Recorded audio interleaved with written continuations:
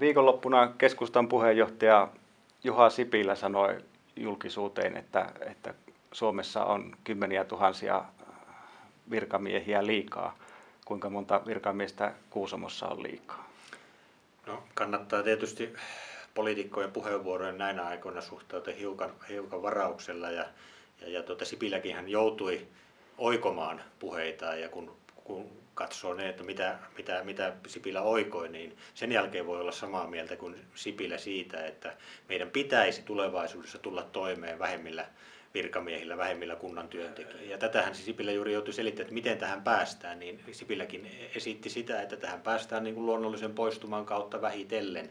Ja sitä työtähän me Kuusamossa olemme tehneet, olemme asettaneet sen, että kun meillä vuoteen 2021 vapautuu 300 tai eläkkeelle jää 300 ihmistä, niin näistä tehtävistä ei täytetä kuin 150. Eli siinä se meidän sopeutus on 150 työntekijää tällaisena aikana. Poliitikkojen kannattaisi muistaa, että mitä se kunta suurimmaksi osaksi tekee. Se tekee täysin palveluita kuntalaisille ja palveluita, joista on säädetty lailla, joita muun muassa kansanedustajat ovat sitten olleet siellä päättämässä. Eli jos halutaan sitä, että nopeammin päästäisiin näissä asioissa eteenpäin, niin kyllä näitä kuntien velvoitteita pitäisi pystyä vähentämään.